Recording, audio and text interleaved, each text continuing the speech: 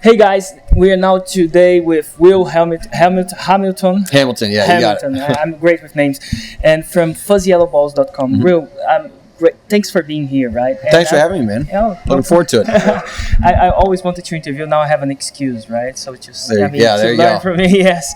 So, Will, why don't you start telling a little bit what you do right now? Okay, so yeah, the name is fuzzyyellowballs.com is a little bit potentially loaded. I teach tennis on the internet, so tennis ball is a fuzzy yellow ball. But I graduated college in 2004, and I didn't want to work a 9 to 5. I played tennis in college, taught afterwards, and I decided one day to start making tennis videos in my parents' basement and just uploading them to YouTube. And they got pretty popular, and I've been doing it ever since for about 5-6 years. And just for the audience, for me to give you a little bit of a reference, how many views you have on YouTube? We now have about 42 million. 42 million views, mm-hmm. right? Yep, 42 million. Mm-hmm. And it's a lot. And how do you? I mean, you teach people strategies on how to play tennis, and because tennis is a little bit of a practical thing, isn't it? How do you actually get them to, subscribe to your stuff or buy your stuff? Yeah, people ask me that question a lot. They say, Will, how do you teach someone tennis on the internet, right? Don't you need to be in person so the guy can correct your swing? And we do teach strategy. That's actually a big part. We have a dry erase board where you can diagram where to hit. It's magnetized so you can move player icons around. Yeah, so it's pretty fancy, actually. Yeah, it's pretty cool. I wanted one of those somehow, right? So, I can hook you up with the person that made it if you want me to put you in touch. So whenever somebody, for example, hits a forehand, all the best players, Federer, Nadal, Sharapova, Azarenka, Serena, whoever, they all do 5 things the same. And most recreational players, our market is the recreational player market, they don't know what these 5 things are. So what we can do with our videos is we can show all these players doing the 5 things. We can obviously explain what they are. Yes. We can split screen. We can say, here's a pro and here's an average recreational player. And, well, you can see the pros doing it, but the rec player's not. Yeah. And then we can say, do these series of drills, progressions in order, do this, then do this, then do this. Yes. And you'll develop, in the case of the forehand, the 5 things you need to be able to hit it. So we do that with all the strokes. Nice. So you actually can learn on the internet. It's more of sort of a lecture format, I guess you could say, versus personal interaction where I'm saying, Erico, well, your backswing's too high. We don't do that. We just say you need these things, and this is why you need them. And here are all the pros doing them. Nice. So I got it. So you actually can teach all this stuff, and people will learn. But, when you started that, it was always successful from the beginning. So you put these videos and they were seen. And was like a case of luck? Well, we had a lot of traffic and a lot of views originally, but we didn't. If you want to talk about the business end, we didn't make any money because we didn't know what we were doing. Oh, right. So you have you put these videos up and you have a lot of views, but you didn't make any money. And how did you turn that around? It was very frustrating because for about 2.5 years we didn't make any money, and we're getting millions of views. So you have fame, you have positioning. People knew who we were online. But it was frustrating, and we almost went bankrupt. Had to stop because. Cool, we have traffic, but we thought we were going to make money off advertising. We didn't. Yeah. And one of the things I did by accident was I built a list. By accident? By accident. It's a funny story. At the time, every video on our website was controlled by one piece of code. And the website had the video at the top, and then below it just had a little sign-up box that, hey, join our newsletter, and we'll send you stuff. Yeah. And we thought that we were going to sell advertising in the newsletter, so that's why I wanted a newsletter. But what happened was, one day I was messing with the website and I broke the code. I'm not a coder, so I did something and all the videos on the website came down. Yeah. And I'm freaking out. I called my developer. I said, I've done something wrong. You need to fix it. But I looked at my newsletter signups and we went from about 20 a day to 200. That. Because what happened was the sign-up box got pushed to the top of the page and everybody thought they had to opt in to see the videos. Because the videos weren't playing. Yeah, because the videos weren't playing. So 20 a day to 200 a day by mistake. Yeah, by a mistake. And so I saw this, and I said to my coder, I said, okay, code it so when people opt in, then the videos appear on the page instantly. And now that since I think like Clay Collins, lead player, allows you to do so, there's software that allows you to do that now. But anyway, to get the business part, we had a list. So when we decided to actually launch a product, we had somebody to market it to. So then by accident you build this list. By accident you kind of got that if you deliberately ask them to opt in to see the videos, you get a tenfold increase on your opt-ins. Mm-hmm. And now you have an audience. We have views on YouTube and have it. By the way, would you be able to share how many people did you have in your list? Do you have in your list right now? We've got 112,000. 112,000. All organic. All organic. From this one strategy, this one YouTube one strategy. Yes, just publicizing the videos. That I suppose there's a link below the video. There is. And then they somehow land in your blog somehow, and there you go. Okay, guys. And by the way, fuzzy yellow balls. If you other guys wanna learn tennis and and a lot of it's not optimized, frankly, because a lot of the videos we released before we knew what we were doing, so we didn't. In the videos now, I'll say like click the link below to go get more of something, the whatever you want people to go check out, so they'll actually follow the link. But before that, we just put the video up there and didn't tell people. There's no call to action. Yeah. So a lot of it's unoptimized. So if we had to do it again, then we would be a little bit more aggressive with saying, "Hey, click this link," so that we have more people opt in. Got that. Yeah. Nice. And then you went for the next stage. Now I have a list. Now I'm going to launch a product. And did you launch a product? Our info product, right? Well, what we did, we said, okay, we need to start making some money, so we're going to start a membership site, $25 a month. Okay. Straightforward, right? Yeah. And the launch, and I use that term very loosely, was us mailing our list one time saying, we've got this thing you can get. Here's the link. And that was it. Yeah. And we probably had 150 people sign up because we did that. And then we built it up to maybe 300 to 400 people a month. Okay. Over the course of about 10 months.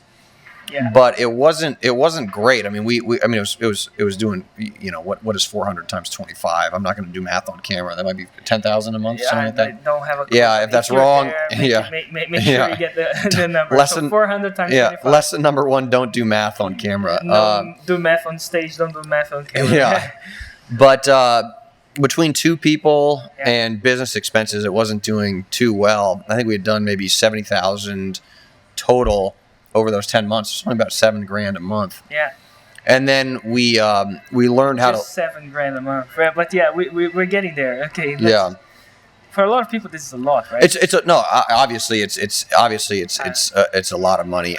But you have higher ambitions, right? Well, you certainly have higher ambitions, but it was just between two people, and it was our full-time job. We had no other. Yeah, I got it. Yeah. Nothing else. So between business expenses and then two guys, you're still on the skating by. Yeah, you're on the edge.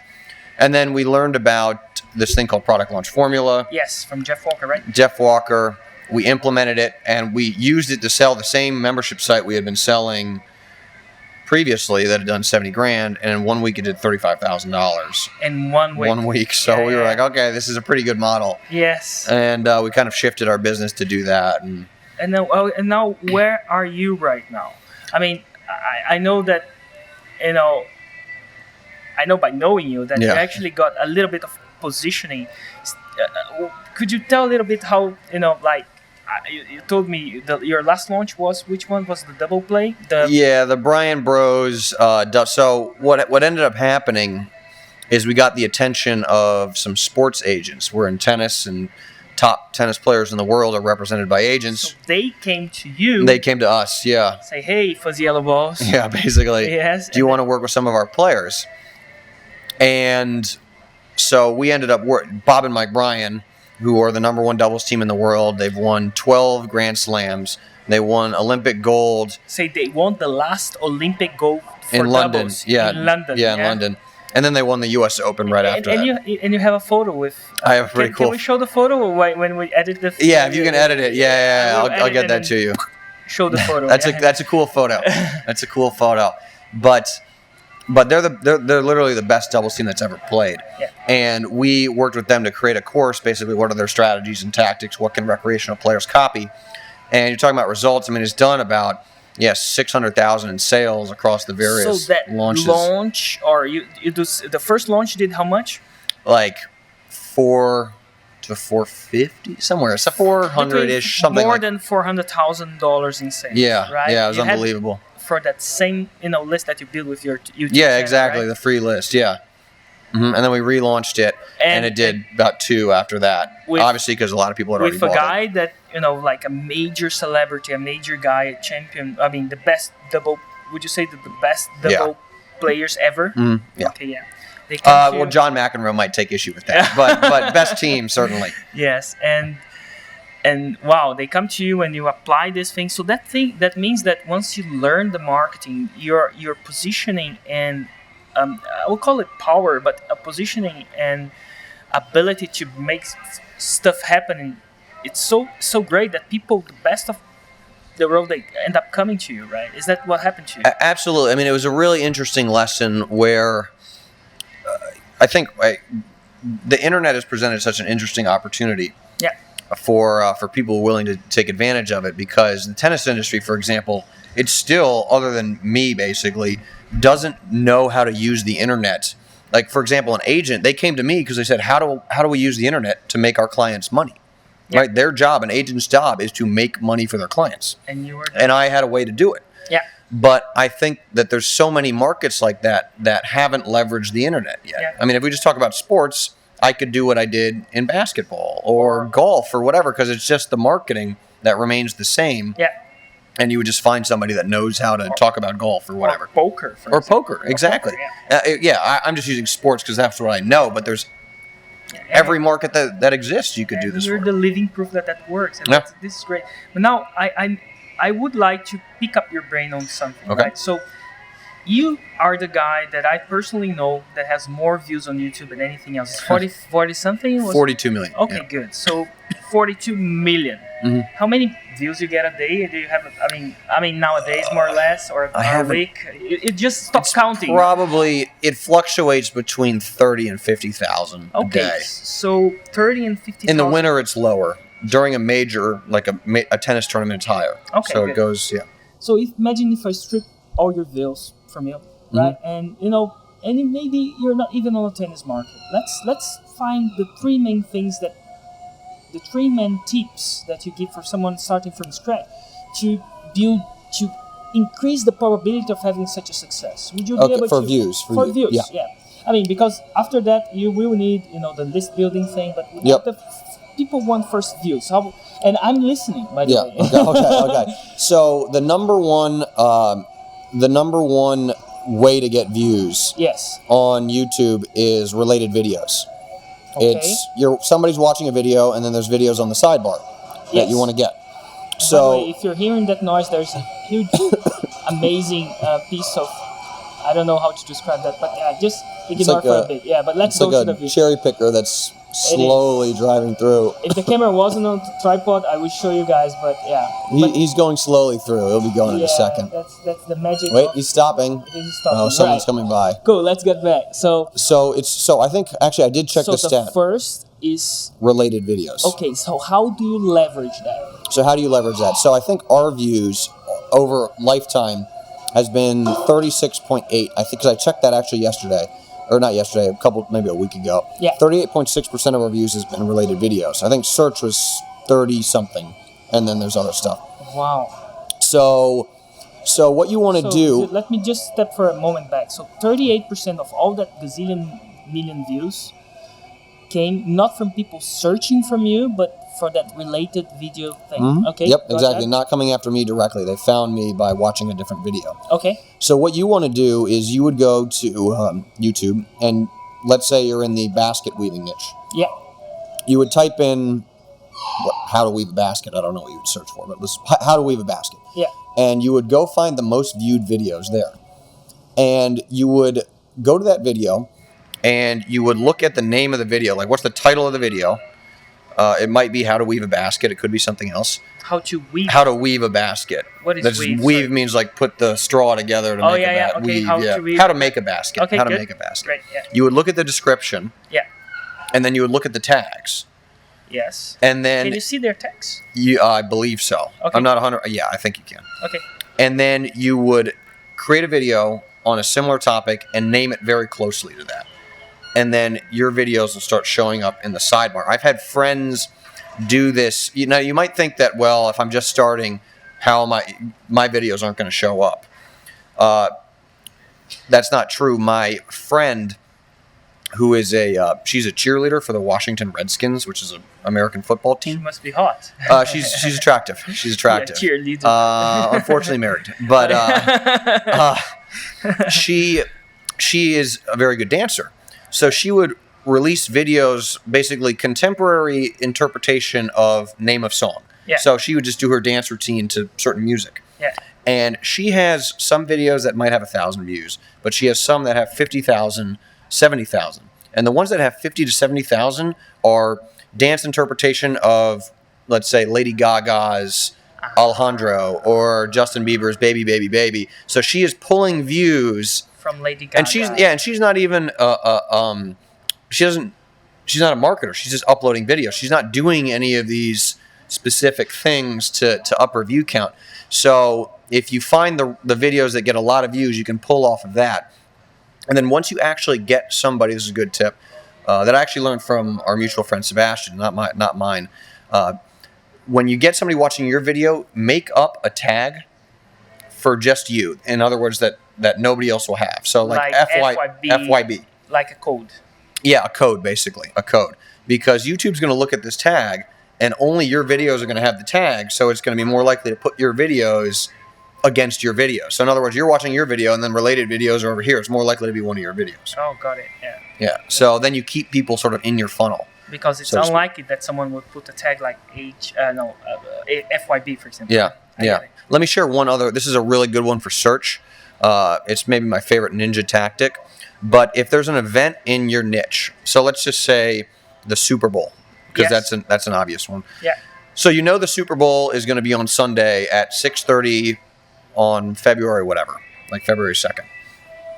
So what you want to do is make a video previewing that event or about that event. It doesn't necessarily have to be a preview, but you release it before the event happens. And if you have a list or you have any way to promote it, you promote it so that it gets put up at the top of search results by YouTube. Okay, so let me see if I understood. So imagine there's a Super Bowl, right? Yeah. And the Super Bowl, or in our case, the Final do Campeonato Brasileiro, or anything like a big event. Yeah. And the Super Bowl is going to be next week. Yep.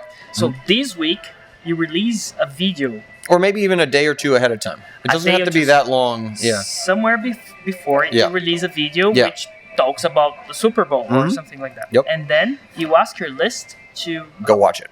Go watch it. Go watch it, and then you say, so YouTube looks at the number of views, ratings, comments, is the video embedded, and it looks at your channel, age, how many subscribers. So subscribers, how many views, how many comments. So we ask people to comment, how many likes. So all this. And obviously it'll snowball. The bigger your channel gets, the more effective this becomes. But you want your video showing up ideally on the first page of search results when everybody starts searching for the event. So imagine the Super Bowl happens, everybody's going to start looking it up after the Super Bowl on YouTube. And then your video's there. And you're before everyone else. Yeah, exactly. Because most people upload afterwards, but yours is already up there at the top. Yes. So I did this for the best I ever did was 2009 U.S. Open final was Roger Federer versus Juan Martin Del Potro. Yeah. And I did this technique, and I just made a preview on that dry erase board I was talking about before. These are the tactics I expected to see. Nothing complicated. Just I think this is where Federer will hit, and I think this is what where Del Potro will hit. And I got 100,000 views on that one video in 2 days. 100,000 one video 2 days. Yeah, 100,000. Yeah, because everybody was right at the top. Like at this point, my video is real high in search results because I've been doing this for a while. So I got like a ton of views, but you can use this if you're just getting started. You can use it, and it's going to work. And then as you get more traction, when all those people come in, those are basically new people being exposed to your brand, your channel. They're going to subscribe, they're going to like your video, and they're going to join your list. Some will come back to your website, and it snowballs. Nice. So it just keeps going. Yeah, Nice. very cool. we like snowball. Yep. And Will, just to finish off, right? If you have an opportunity to time travel, right? Okay. And speak to yourself, like like Back to the Future. Back to the Future. So I need a DeLorean. Yeah, you need DeLorean. Yeah. And if you have the opportunity to time travel to the past, and you, or to the past, as you say here. Yeah. And you could speak to yourself a little bit. What would you tell? When did you start, actually? 2007 is when we launched. Okay, yeah, that's why your channel is FYB. 2007, yeah. Something like that, yeah. And we actually also we have a vanity plate, which is Fuzzy Yellow Balls. So we did get Fuzzy Yellow Balls as the vanity, but the actual channel root or domain is FIV 2007, yeah. But if you go back to 2007 and could speak to yourself, what would you tell yourself? I think the main thing, we touched on this a little bit before, is we had a great product from the start, but we had no marketing skills. We had no understanding of how to take a website visitor and turn them into a happy paying client, a fan. And that was a huge problem. It stunted our growth. Like I said, we almost failed and went bankrupt. So if I had to do it over again, I would launch with, I would want to know basically as much as I know now. You wouldn't need to know as much as I know now, but you'd want to know about internet marketing. You'd want to know about how do you run a successful online business, because the views are just one thing. You can have 1 million Twitter followers, but if they don't buy from your stuff, buy your stuff, then that's no business, right? Yeah. So you need to know something about business. You need to know, again, how to take a visitor, get them to buy your stuff, because that is going to not only sustain you, but allow you to grow and achieve whatever long-term goal you might have. Nice, Will. Thank you very much Thanks. for your time here. And, fun. keep it real, man. I'm trying every day.